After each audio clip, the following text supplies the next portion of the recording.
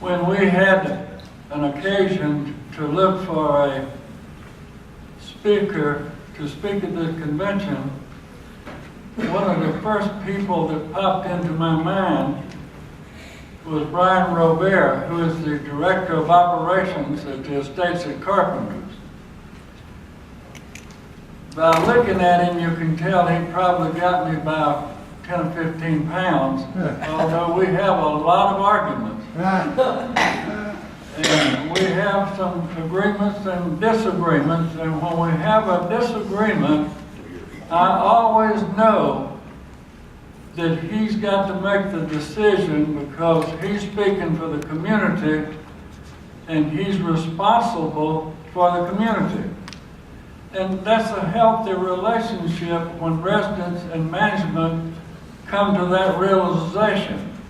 He realized that I'm an aggressive guy, kind of a hothead sometimes, and have a strong voice that I want to put into the community activities. And he listens always, and like I say, sometimes he doesn't agree, but when he makes a decision and says, this is the way we gotta do it, I respect that because I know that he's responsible not only for me, but for everybody else that lives in that community.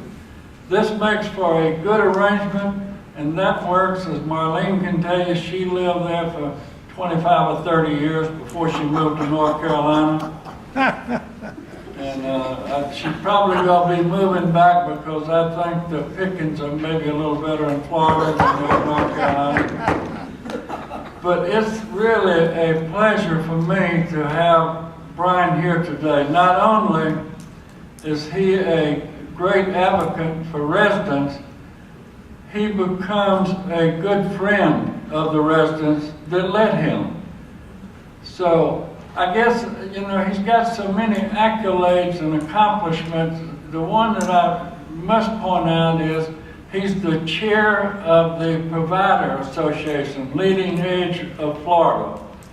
Takes a great deal of his time, but he still manages to come to work 1 or 2 days a week at the estates and maintain the chair problems also. He's been active in Leading Edge nationally for years.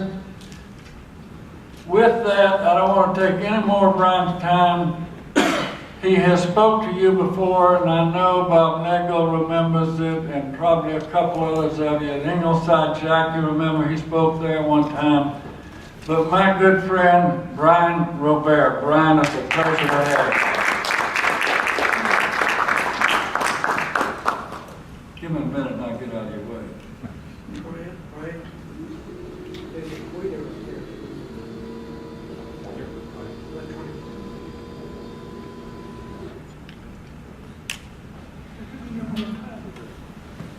because the speaking, I do it in our community through the years. We're actually the product of resident suggestions. And we really believe as we go through this, that a great part of our success, particularly through these difficult times, is because of the collaboration that we have between the staff and management and residents, and also, as we'll talk about just briefly in the presentation, the extension of those efforts out into the community and our social accountability efforts. Now, I think everyone has seen a graph like this, or perhaps this exact graph, that really shows what future we have for continuing care retirement communities and retirement in general, with the significant onslaught that's shown by the graph of the boomers. What people often ignore is that the boomers are roughly, I'd say safely, 10 to 15 years away from moving into many of our communities. And there's also some statistics that show that many of the boomers may not be able to afford to move into these CCRCs. But what we are serving primarily right now is the World War II generation, with a small portion of our residents in our communities being from the silent generation. But what this graph just reinforces that the last graph began to share was the increasing demand that we are likely to see. And as providers and as partners with residents in answering these questions, we have to begin to identify alternative approaches to serving these populations. I think the old adage is that nobody ever dreams of living in a nursing home. And yet when people speak of senior living, often that's all they think of, are nursing homes. Now in our state of Florida, and I know that Ruth mentioned I'm originally from Manchester, New Hampshire, and she said there's probably still some New England blood. And for anyone who's, I think Charlie could speak to this, and a couple of, I see one of our other residents in the room as well, there's still a lot of New England blood in the room.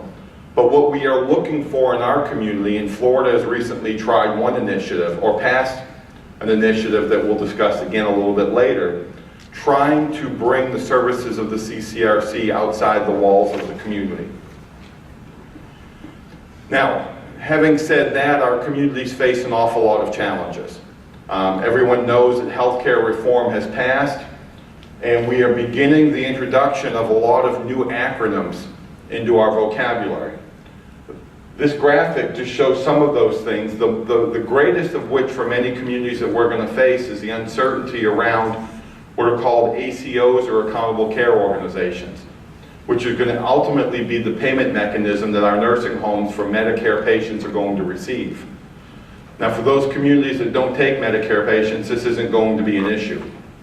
But the recent Medicare cuts in our community has resulted in a loss of annualized income of, we're estimating over 180,000 is up to $250,000 in revenue. Add to that in Florida as of July 1st, there was a 6.5% cut in the Medicaid rate, which is again another cut over $100,000 a year. So our community and our state, like many others, is having to find alternative ways to serve these populations. Add to that the mandate that's going to take effect in a few years, and employers begin providing coverage for all employees or pay into a pool to offset that coverage. Now we do offer that coverage, but not all of our employees currently take advantage of that coverage. As more sign up, the cost to the community and ultimately to the residents continues to increase. We're also going to be challenging in our nursing homes, and this is throughout the entire country, penalties for high readmission rates to hospitals. They're defining readmission after a hospitalization of 30 days after discharge. And of course, the additional challenge is that hospitals will have incentives to discharge residents or patients from their care earlier, which means that nursing homes will be receiving residents with more acute conditions in a much more fragile state.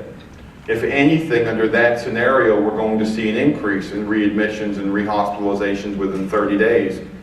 But as providers, we have to find ways to keep them safely in our nursing homes. We also have to find ways to manage high-risk patients and come up with and develop and implement better systems to care for those with chronic illnesses.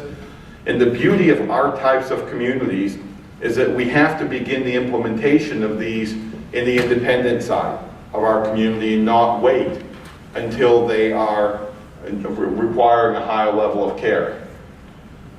And I know the third bullet, if Larry Minix was in the room, would give him chest pains, as it has several times, is will the Class Act survive? For those who don't know, the Class Act is essentially and this is going to be a very poor simplification, Susan, so I apologize because I know you worked on it when you were with the national office, but it's essentially the beginning of individuals taking personal responsibility to pay for future long-term care and services.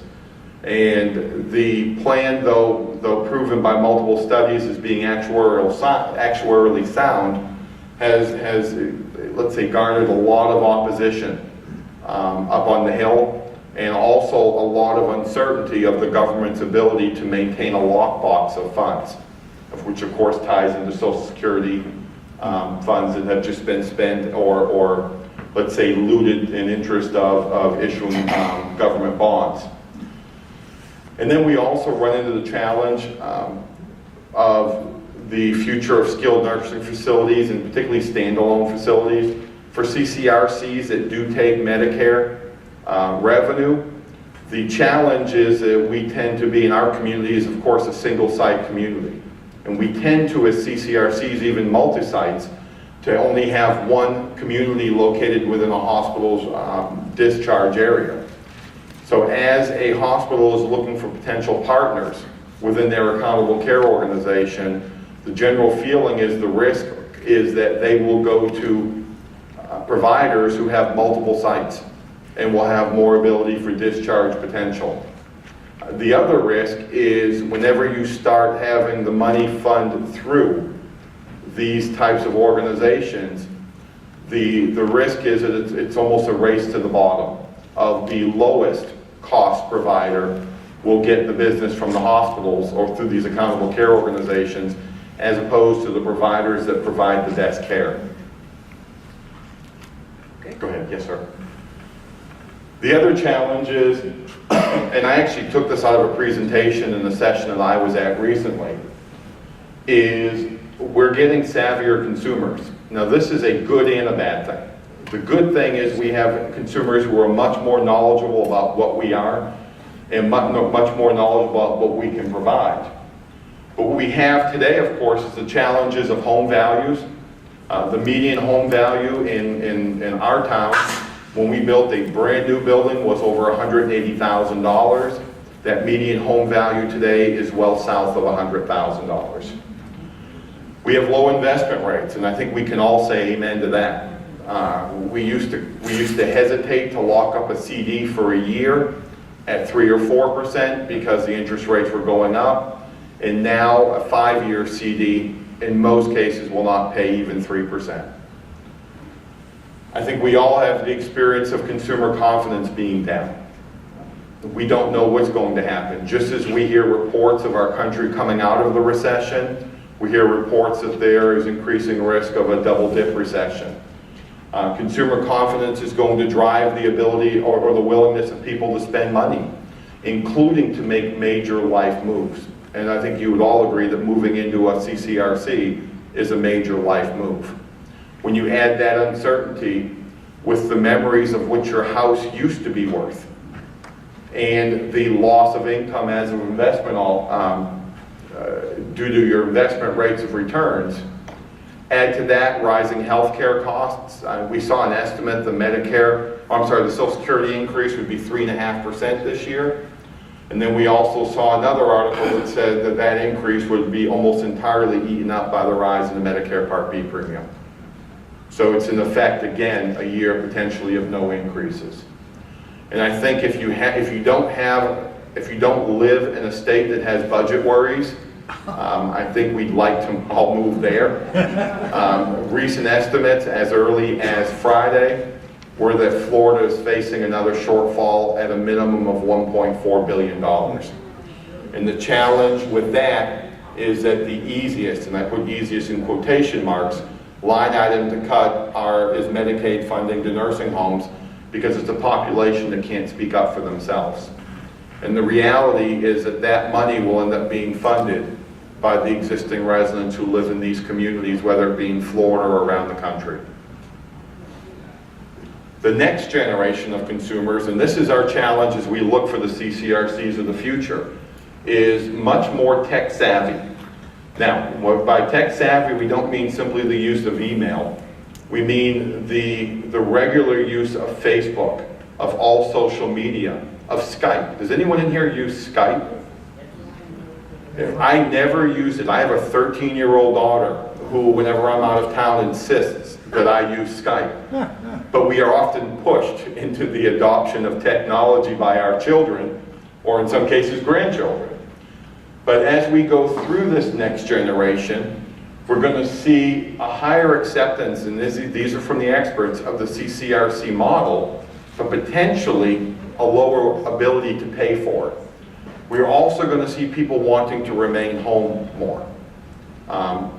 Many of them are in homes that we all remember, depending on the part of the country. We have in our community prospects, depositors, who say that my home used to be worth $300,000. And our largest challenge in marketing is to get them to understand that what their home used to be worth is actually not relevant in the discussion. And of course, we already spoke about the economic worries that we all have. Even myself and my wife, we are very hesitant to put anything out and to lock money up for any length of time for fear that interest rates might actually increase. And for those who rely on the stock market, it's been an interesting year. Our challenges continue with risk management is the title I put, but of course we all know of the IRS challenges and the discussion on social accountability. It's an increasing focus of communities to begin to show their not-for-profit value to the local community that they serve. We have a redesigned 990, which I believe that though it does provide more information, the people who are happiest about the 990 are the auditors and accountants who services these types of communities because the fees to complete them have jumped up. For those communities who have retirement plans, specifically a 403B plan, there's now requirements to have an annual audit on that done.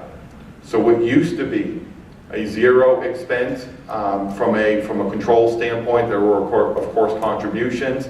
We now pay in excess of $10,000 a year to have that audited. And now the challenge, of course, is how do you not have a retirement plan for your employees to begin to plan for their future?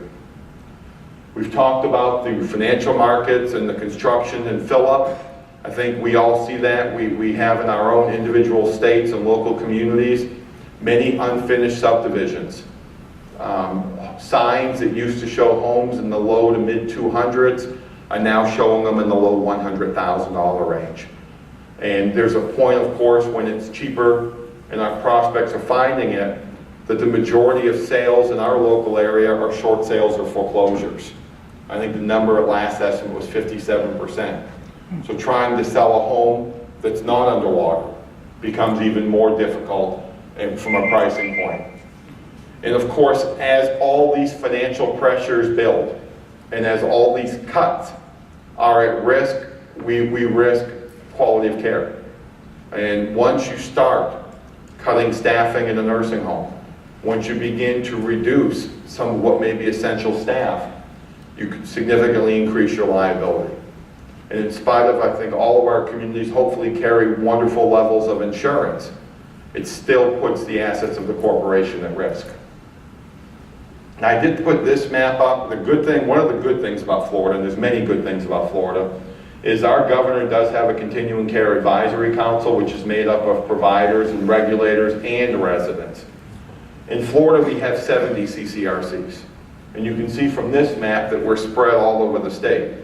Now, if you can see from where you are, the big brown spot in the middle of the state, that is the county that we're located in. Now, the nice thing is from a hurricane standpoint, it's hard to get in a better location in Florida. The challenge, of course, is we don't have the ability to sell oceanfront units. We don't have the ability to compete from a pricing standpoint with some of those communities on the coast. Go ahead, sir. Also in Florida, as you would expect from the economic downturn, we've seen a significant reduction in the median occupancy within the state. This information was released on September 19th of this year, which shows that the median occupancy in Florida right now is 84.1% in independent living CCRC units. And if you look prior to the or I'm going to call it the crash of the housing market and the economy in the state, we were upwards of 95%. At that time, our community was at almost 99%, and today we are below 80. That's bad. Now, even in spite of those numbers, there's still new construction going on. There is a new, very upscale community opening down in the Naples area, and when we say very upscale, our entrance fees range from a low of about $50,000 to a high of $200,000.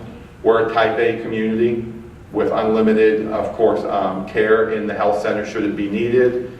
The high-end community that's being built in Naples, I believe, is a type C community, which means that there is a refund attached, but they will pay for care should they need it in the health center.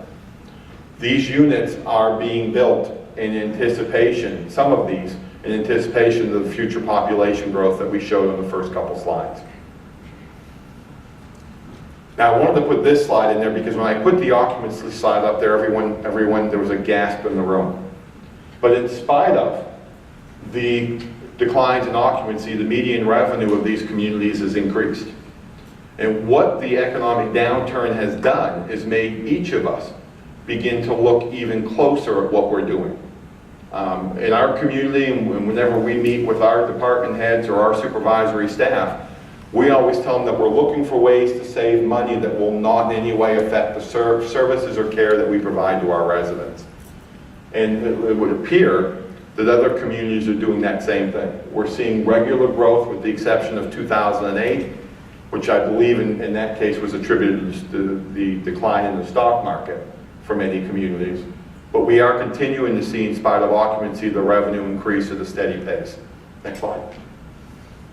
Now in Florida, and I think that from the CCRCs of the future, here's what we have seen and believe that for CCRCs in the future succeed, that we're going to have, is in Florida, and we're very fortunate with Bennett being here, that we have had a wonderful collaboration between the State Provider Association and the organization FLICRA, which is the Florida Life Care Residents Association.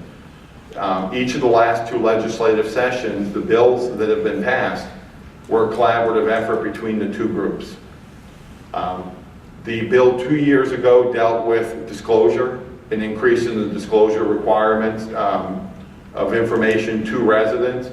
And what was fascinating in our community is that I believe most everything, if not everything in the bill, our community was already doing.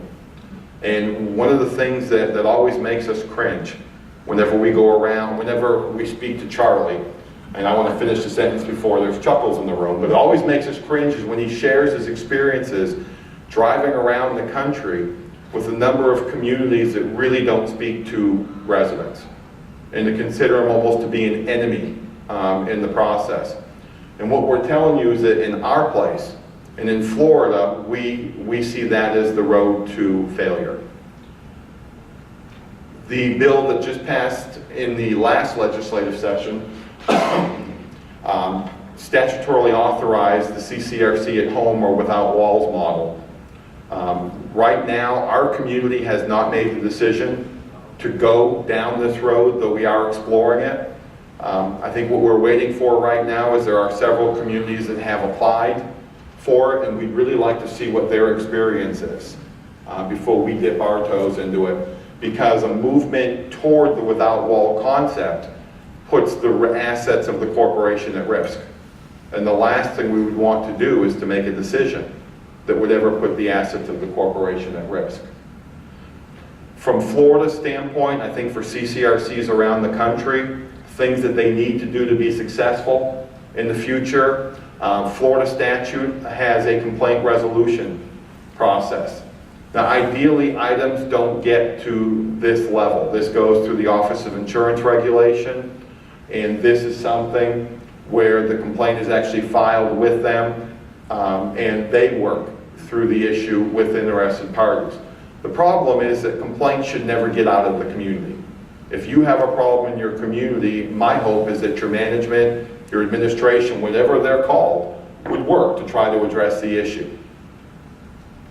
The other thing that's wonderful in Florida, I'm going to say wonderful, is that we're required to have statutory operating and debt service reserves. We're required, and if I'm incorrect on this, Charlie or Bennett, let me know, we're required to have at all times 1 year of the total debt service in a reserve and 30% of 1 year of our total operating expenses in a year. And that's there solely for the protection of the residents. In the event that we start to run into challenges, or any community, any of the 70 in Florida, run into challenges, then our response, or the state has the ability and the resources to make sure that 1, the bondholders get paid, and then 2, that we have enough to run the community, assuming no revenues, for a 3 to 4 month period. We also have quarterly and annual reports that we send, or we actually file electronically with the Office of Insurance Regulation. And I was at a meeting last year where some of the other states said, yes, we have annual reports that we have to file. One of the differences in Florida may be that our regulators actually read the reports. We get calls on every single report that we file, asking for additional information, asking for a correction if there was an error made. And then the other part of this is when our occupancy started to decline, the Office of Insurance Regulation asked us to provide information on what we were doing to address the issue. And from an operator standpoint, we want that. And from a resident standpoint, I know that you would really want that. Because what you don't want is for the health or the fiscal stability of the community in any way to be jeopardized. Go ahead, I just thought we had to have some pictures. But the target market today, you can see, these are the pictures you may have seen in ads around the country. And interestingly enough, your own community may be using them as well. Go ahead. And this is why, when I speak of the baby boomers, I try to put things in perspective.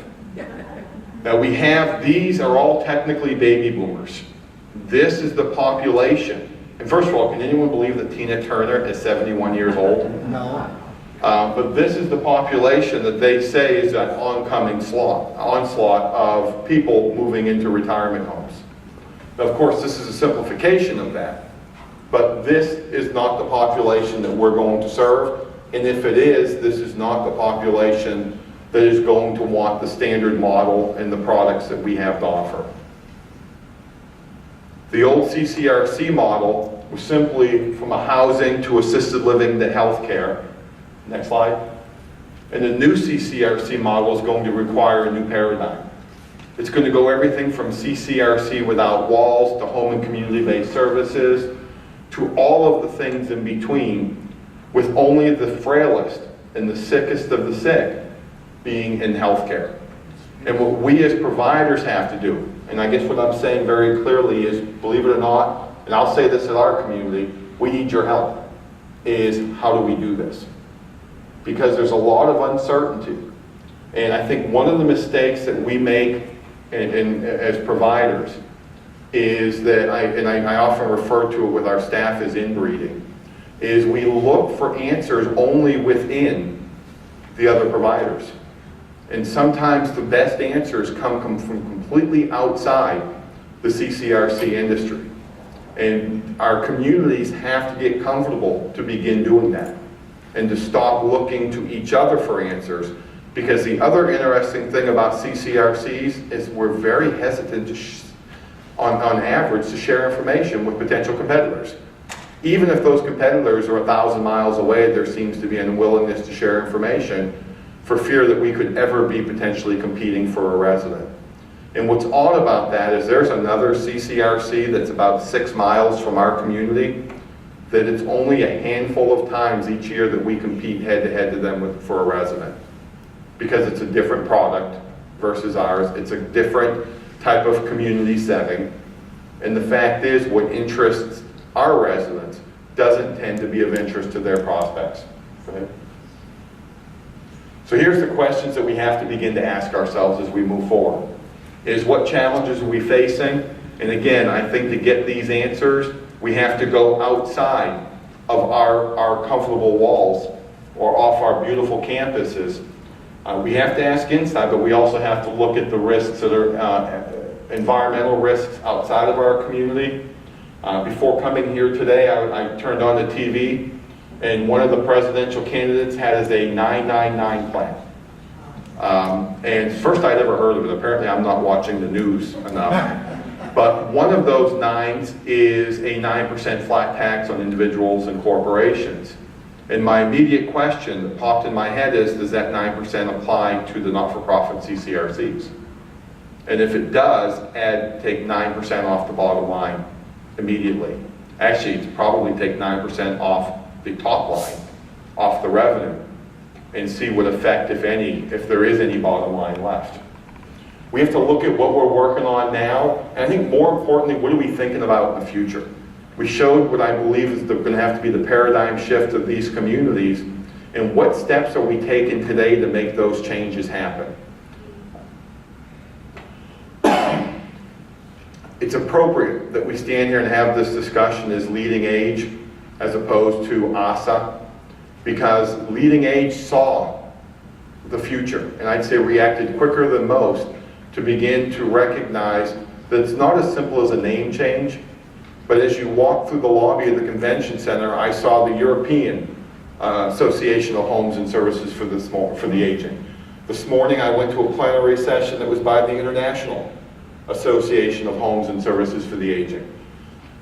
They began, and wisely so, look beyond the borders of our original members for those answers.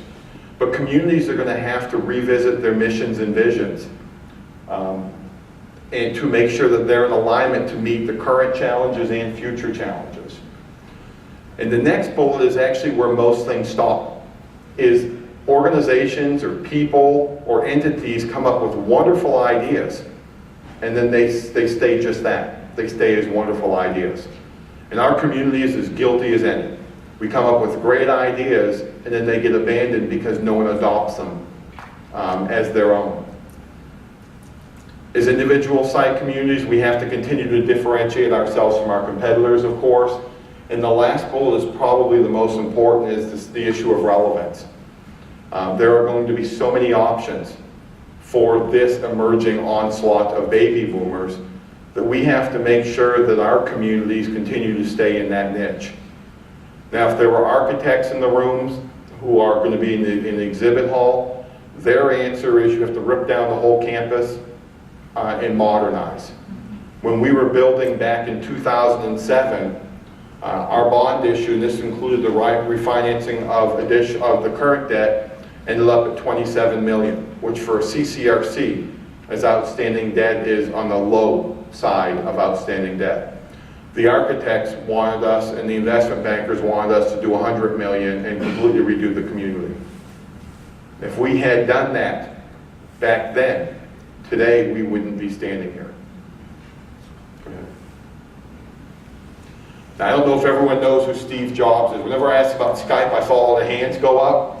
So I'm going to assume everyone knows Steve Jobs went to Wheat College and dropped out.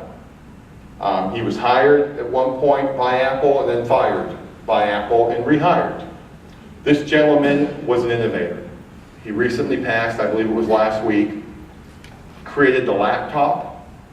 Does anyone have a laptop? Anyone have an iPod? How about an iPad? I have one. It is the best device. Absolutely love my iPad. Anyone have an iPhone? Does anyone not know somebody who has one of these devices? So you take that type of approach, and one of the things I absolutely loved about him, and we actually used this in the meeting with our supervisors just last week on Thursday, is that you should be expected to be told no 1,000 times to get one yes and to move a project like this forward. So for someone like this to come up with that many great ideas is amazing. But when you start to look at what this man does, the beauty of an Apple product is you don't need an instruction manual. So when we start looking outside of our walls for creative thinking, how do we explain and simplify the CCRC concept? Most of you in here have probably read your entire resident agreement. My question is, how many of your neighbors do you believe read your entire contract before they move into the community? The answer tends to be, in our community, very few. The average person, if you put a piece of paper in front of them and ask for a signature, they will sign it. But this one man reinvented the computer operating systems, the music players, cell phones. He did all of that, and of all things, I believe it was a month earlier this year when electronic books or e-books sales outpaced paper books. And I will tell you, in our house, we don't buy paper books anymore for my wife, my daughter, or myself. And the last bullet is what I want to take away from this. He looked, leaped forward, he turned idea into vision, vision into reality, and reality into success. And I believe for our communities and all communities across the country like ours, we're going to have to be willing to do that. Einstein once said the definition of insanity is doing the same thing over and over again and expecting different results. And with occupancy going down to 84% in our state, and communities being challenged by increasing regulation, decreasing reimbursement, and probably potentially most dangerous of all, increased scrutiny by the IRS and other parties, we have to begin to look at what we can do different to be successful. Never quite sure which the last one is. So taking jobs ideas, we have to start coming up with those ideas, turning them into reality and getting success. Now, in theory, this will play sound. If you put the little cursor, is there no sound? Okay, then we'll skip this slide. It was excellent. Good. I'm sorry. No, that's not a problem.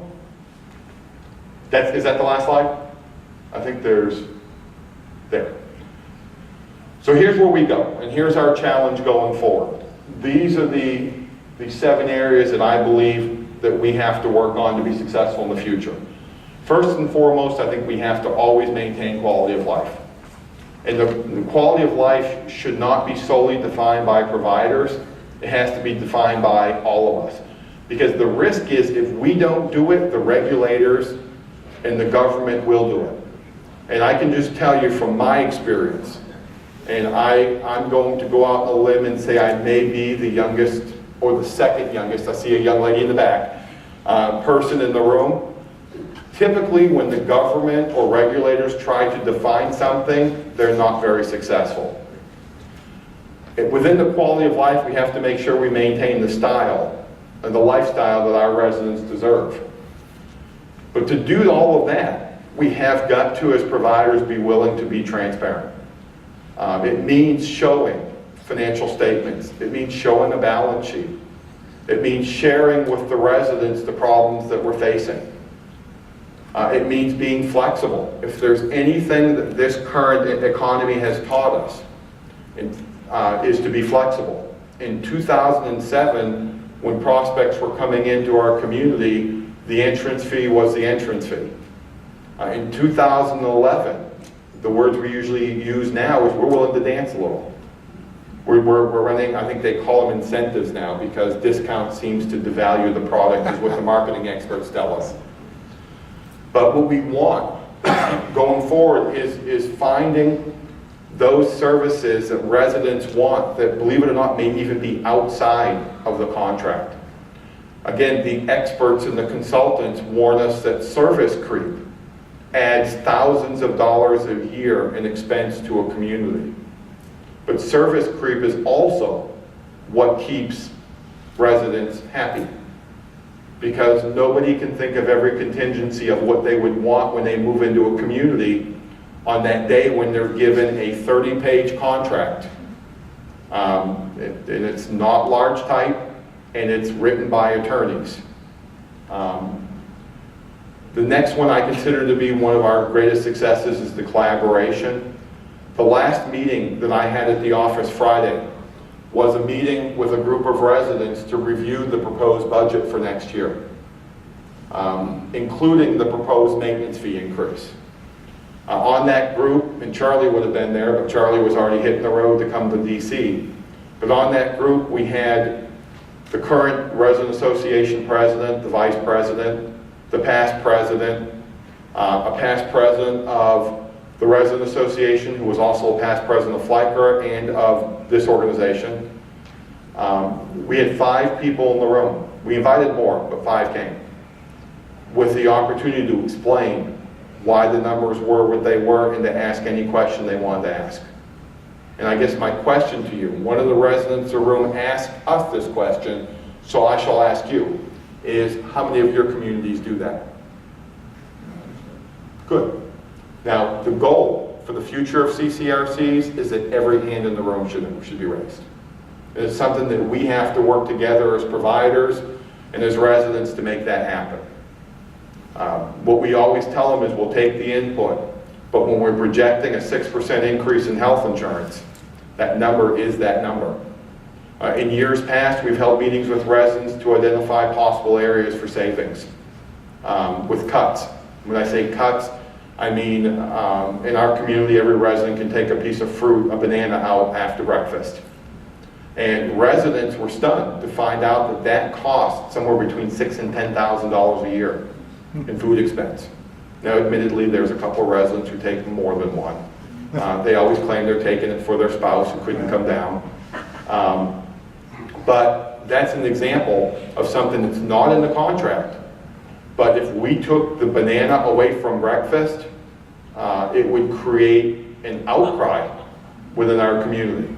So is that $6,000 to $10,000 worth it? We believe so. I mentioned earlier the great increased focus on community. Some of the things that we've done with our residents in our community is there's a local organization called Volunteers in Service to the Elderly that provides food, either in their warehouse or through deliveries, or in some cases deliveries to the homes, to low-income elderly and meal deliveries in the home shut-ins. And one of the things that we did several years during our homecoming celebration is we partnered with the residents and we delivered pancake breakfasts to 100 of those individuals. And we got such a positive response, and I say we, the residents, helped deliver the meals, that we are now doing it on a monthly basis. And the other thing that we've done is we have partnered with one of the local Kiwanis clubs, and they are volunteering, our volunteer drivers as well. The next step is to move that to once a week. And I know that there's another organization that my wife serves on the board of, that they are looking at taking that up as one of their service projects. From the community standpoint, we consider our community involvement to be inside and outside the community. We have a grant program, and I say a grant, it's truly a grant for employees who run into unexpected financial need. It could be medical bills, it could be a deductible on insurance, it could be, and this is one of the situations, we had a CNA who had 4 young children whose husband died in a car accident. And our community actually paid her mortgage payment for a month. And on an annual basis right now, we're giving out somewhere around $30,000 or $35,000 a year to our employees. And it's not done as a loan, it's done as a way to say thank you for the service that we give.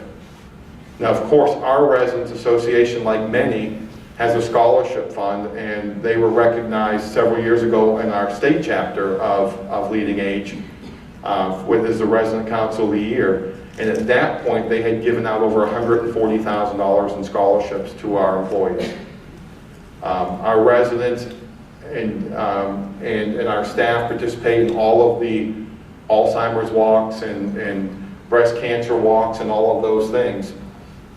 But what we're trying to do is to increase our community presence, but it can only be done through collaboration with our residents and with our partners in the community.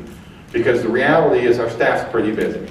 Charlie mentioned, he joked that I'm in the office 1 to 2 days a week, and I whispered to Susan Weiss whether I need to be there or not. The problem with volunteerism, I'm going to say problem because it's probably the wrong choice of words, is it's also very time consuming. So whenever you're the chair of a state association, it just means more meetings and more conference calls.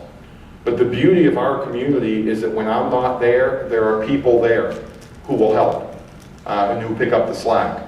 And then the other thing is there's the residents who, if something is not up to what we always say, if it's not up to the standard of the estates, then we want to know, because it's the only way we can continue to maintain that standard that we've set. And then our other opportunity is going to be in the area of technology. Now, this is something that has been very slow adoption in our community. But when we start to look at the next CCRC that's going to be down there, that newest one that's going to be built in 5 years, I would challenge, I'm going to be very interested to see how they've addressed each of these areas. Because listening, and Charlie, and I would say Charlie and I probably have spoken hundreds of hours in the time that he's been at the community.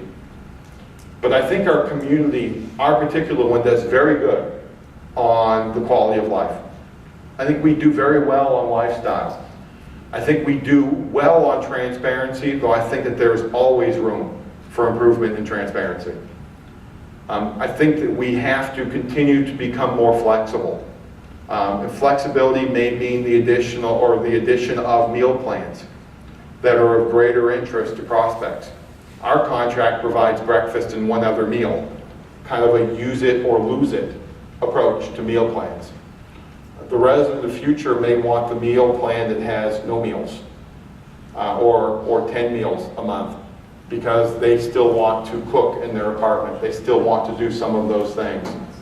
From a collaboration standpoint, I believe that we're ahead of many of our peers, but again, I'm going to say we're never happy.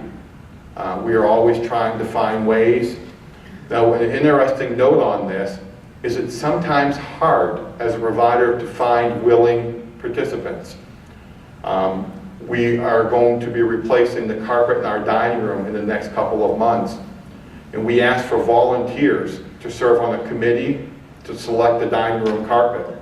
Well, apparently word got out from the last committee members that they received multiple comments from residents, and nobody volunteered for the committee.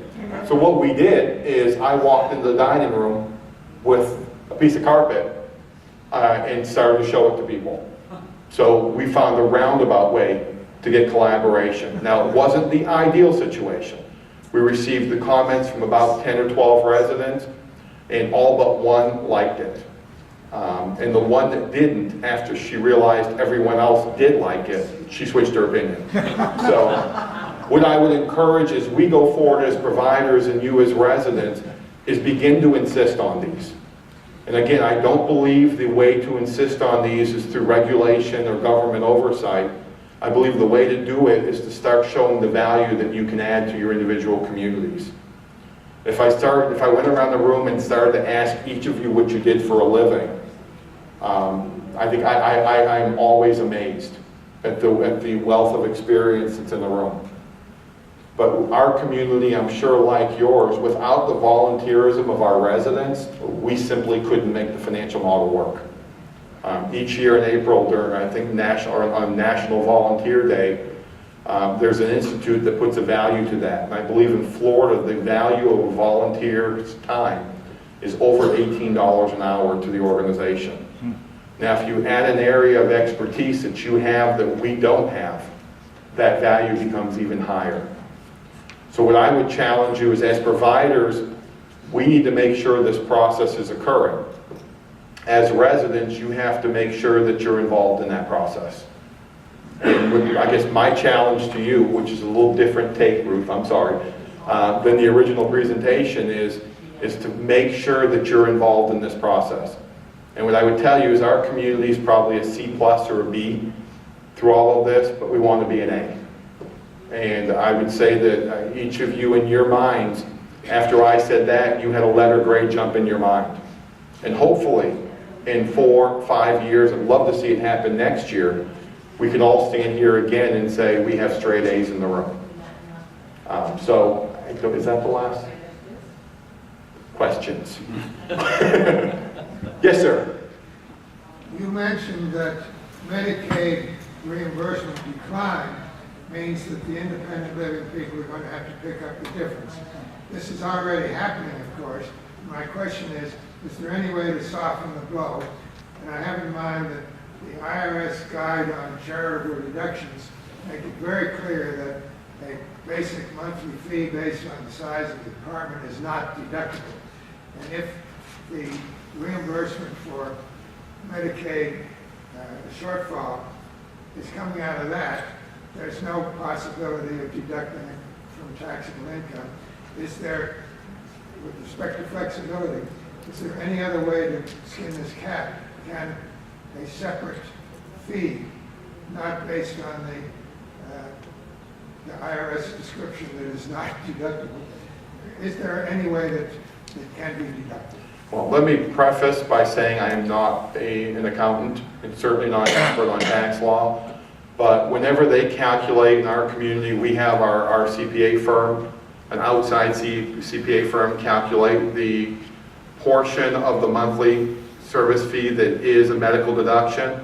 And those losses, when I say those losses, with there being less income, that means a larger portion of the expenses would be going directly to the health center. I'm talking about fee for service, not life care. Then you're going to you'd have to speak to someone much more knowledgeable about that topic than I. See, and that's like I said, my experience is limited to a type A contract, and so a fee for service, I don't have an answer on that. I think it makes perfect sense though. If the monthly fees and the fee for service are going to be, a portion of them are going to offset that reduction in income, that there should be some consideration, though I don't know if tax law allows for it. Yes, sir? You mentioned that in Florida, you're under the jurisdiction of the Office of Insurance Regulation. And in other states, it's like Connecticut, it's under the Department of Social Services. What has been your experience with the insurance regulators? You know, the answer is we've had no problems with them now. I mean, in years past, and the original sponsor of our organization was a neighboring church. Yeah. And the Office of Insurance Regulation at that time was the Department of Insurance, had significant problems with the church. And at that time, there were major challenges. But to be fair, at that time, and I'm going back all the way to 1990, the community, when our current CEO took over, we had $46,000 in the bank. The community was essentially bankrupt. Just no one wanted to use the word. We were told as a community to declare bankruptcy. And we believe, just as the marketing challenges are there now, you didn't get in trouble in one day and you're not going to turn your financial experience around in a day. We stayed the course, and today we have in excess of, I believe Friday was 8.8 million in the bank in 21 years. So that's a nice turnaround.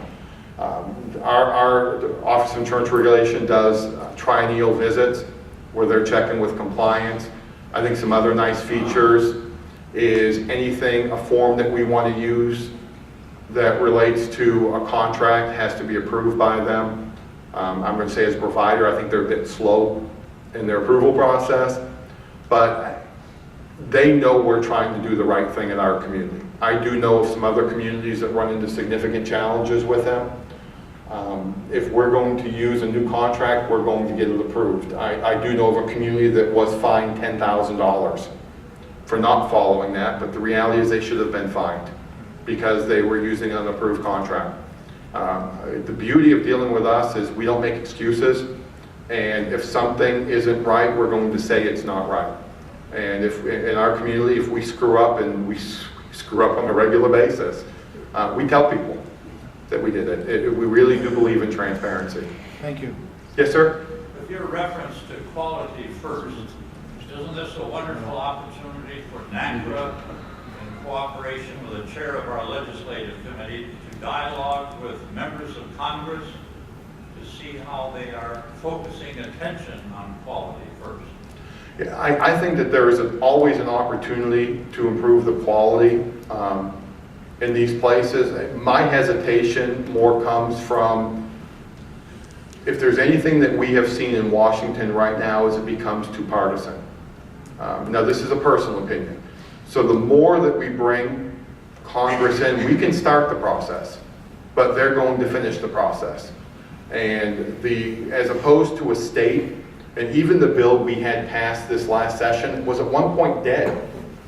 There was no disagreement on the bill. The Residents Association was 100% in favor, and the Provider Association was 100% in favor. But politics almost got in the way of that bill passing, and were it not for, let's say, a few providers with great relationships with legislators and a few residents with great relationships, it would never have gotten through. I'm hesitant to ever put anything into Congress. I believe that we have a responsibility to govern ourselves accordingly, and I believe that if There are exceptions to this. I mean, we all read of the bankruptcies that happened up in Pennsylvania, and the most recent one in Chicago that happened.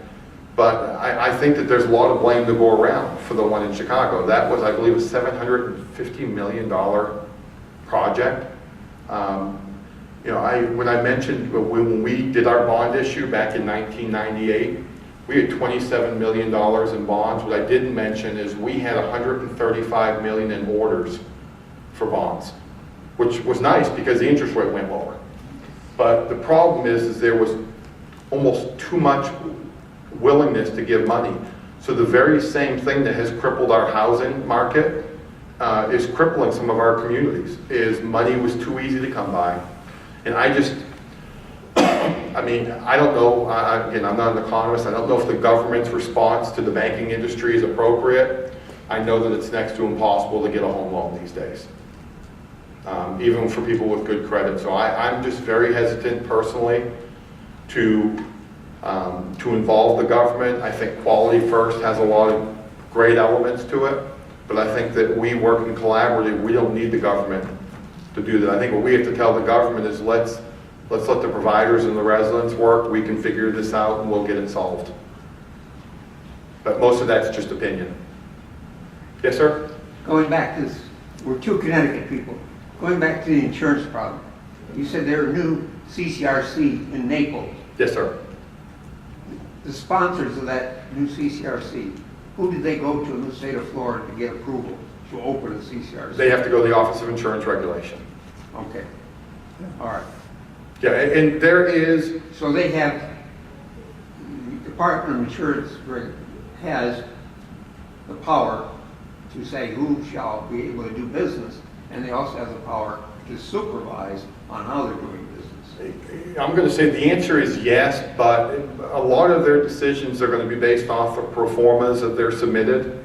Oh, yeah. And what I'm saying is the challenge is, I know that I have seen pro formas, and I saw one a few years ago for a proposed conversion of an old hotel in the Orlando area into a senior housing community, and it was filled with garbage.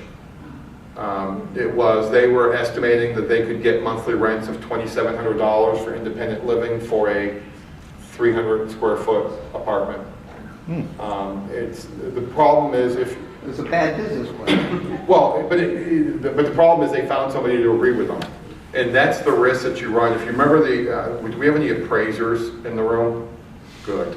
The old MAI appraisal used to be referred to as made as instructed. Yeah. And sadly, they back into the numbers they need to, back into the numbers they need to get to, as opposed to taking a true look at the economy. Florida has it, I'm going to say, in my opinion, better than the other states that I've seen. At least there is a system in place. And I can tell you right now, the biggest roadblock to a new community would be the financing. Because the days of building one with no skin in the game, no money down, are gone. They're expecting significant support from whoever that sponsor is. Any other questions? Again, thank you for letting me come and speak again.